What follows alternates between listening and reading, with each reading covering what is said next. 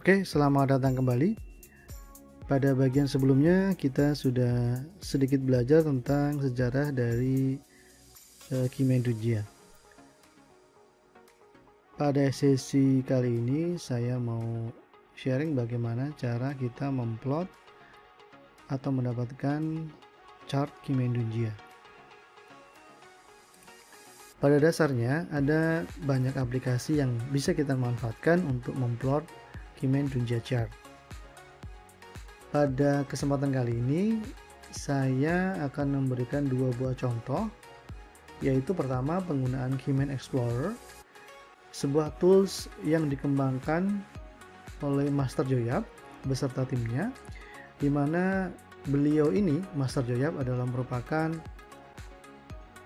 salah satu master yang mengajarkan banyak sekali keilmuan yang berdasarkan pada Chinese Metaphysics, dari mulai Bazi atau BSZI, kemudian Yijing, Feng Shui, dan juga Kim Indulgence. Tools yang lain yang akan kita manfaatkan adalah sebuah tools yang dinamakan Space Time Application, di mana tools ini bisa kita install di dalam perangkat Android yang kita miliki. Pada bagian pertama ini, saya akan menemukan bagaimana menggunakan Keyman Explorer untuk memplot Kim Indulgence chart. Tadi sempat saya singgung bahwa Keyman Explorer adalah merupakan aplikasi yang dikembangkan oleh Master Joyap, di mana beliau ini merupakan master yang banyak mengajarkan hal-hal yang terkait dengan Chinese Metaphysics. Di antaranya adalah Feng Shui, kemudian Yijing, lalu BAZI, dan juga Kim Indulgence. Nah, beliau ini juga memiliki atau membuat yang namanya Mastery Academy of Chinese Metaphysics. Nah, untuk murid-muridnya atau orang-orang yang ingin belajar metafisik Chinese, banyak dibekali dengan tools-tools yang memudahkan untuk mempelajari Chinese Metaphysics. Salah satu di antaranya yang dapat digunakan untuk mempelajari Keyman dengan lebih mudah adalah dengan menggunakan Keyman Explorer. Oke, untuk menggunakan Keyman Explorer kita perlu mendaftar dulu, ya, register di sini, dan kemudian nanti rekan-rekan bisa memasukkan alamat email, password, dan lain sebagainya, dan kemudian klik sign up. Ketika rekan-rekan sudah mendapatkan email yang berisi konfirmasi tentang pendaftaran di Keyman Explorer, maka kita tinggal masuk dan kita akan menemukan dashboard di mana kita bisa kemudian mulai memplot Kim Indulgence chart.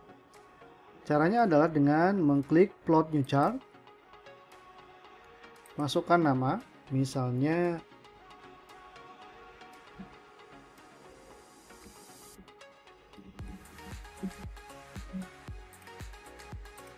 jenis kelamin, kemudian tanggal kelahiran, ya, jadi misalnya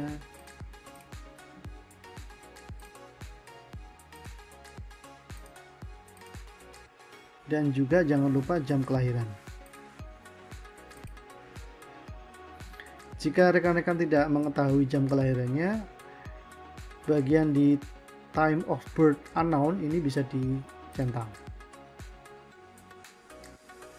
Jika rekan-rekan memiliki data jam kelahirannya, silahkan diisi, dan kemudian kita tinggal plot chartnya. Kita tunggu beberapa menit sampai kemudian chart Kim Indulgence ini bisa tampil di layar. Oke, ini adalah tampilan hasil dari Keyman Destiny chart yang diplot dengan menggunakan Keyman Explorer. Jika rekan-rekan perhatikan, di sini ada data Natal Destiny chart, kemudian ada Natal Keyman Destiny chart, lalu ada Keyman Live Analysis. Di bagian bawahnya tampak tampilannya di lock atau digembok, karena memang akses untuk user yang free itu hanya bisa sampai melihat atau memplot Keyman Destiny chart saja. Sedangkan untuk informasi-informasi yang lebih detail hanya diperuntukkan bagi siswa-siswa di dalam Keyman Academy. Jadi kalau rekan-rekan ingin membuka bagian yang digembok ini, rekan-rekan harus mendaftar kursusnya di Master Joyap, baru kemudian bisa mengakses informasi tambahan yang jauh lebih detail tentang Keyman Junjia.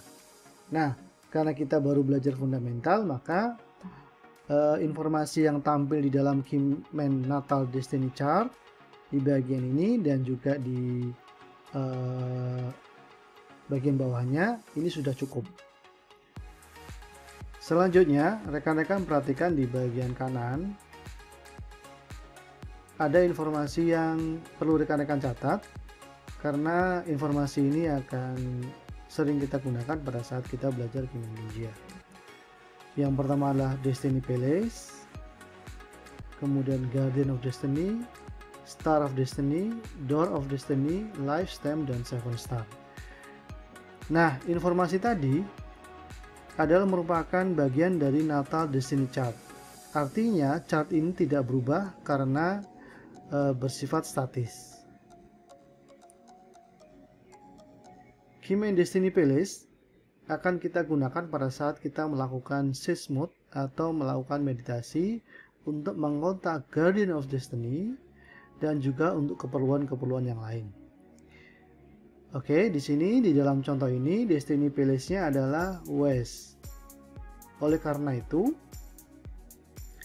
pada saat nanti kita melakukan Sage Mode, kita sebaiknya adalah membelakangi arah Destiny Palace masing-masing. Karena di sini adalah contohnya adalah West, maka sebaiknya juga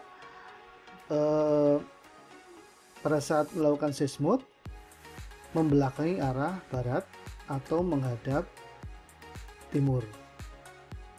Ya, Keyman Destiny Palace ini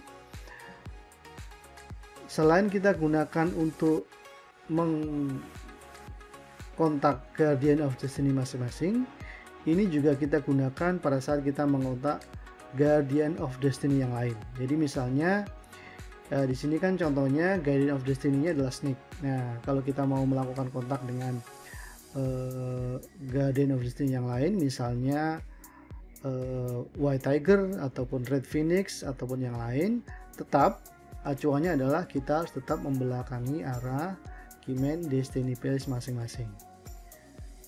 Jadi silahkan dicek nanti di dalam Natal Destiny chart-nya di manakah letak sektor dari Keyman Destiny Palace-nya rekan-rekan semua.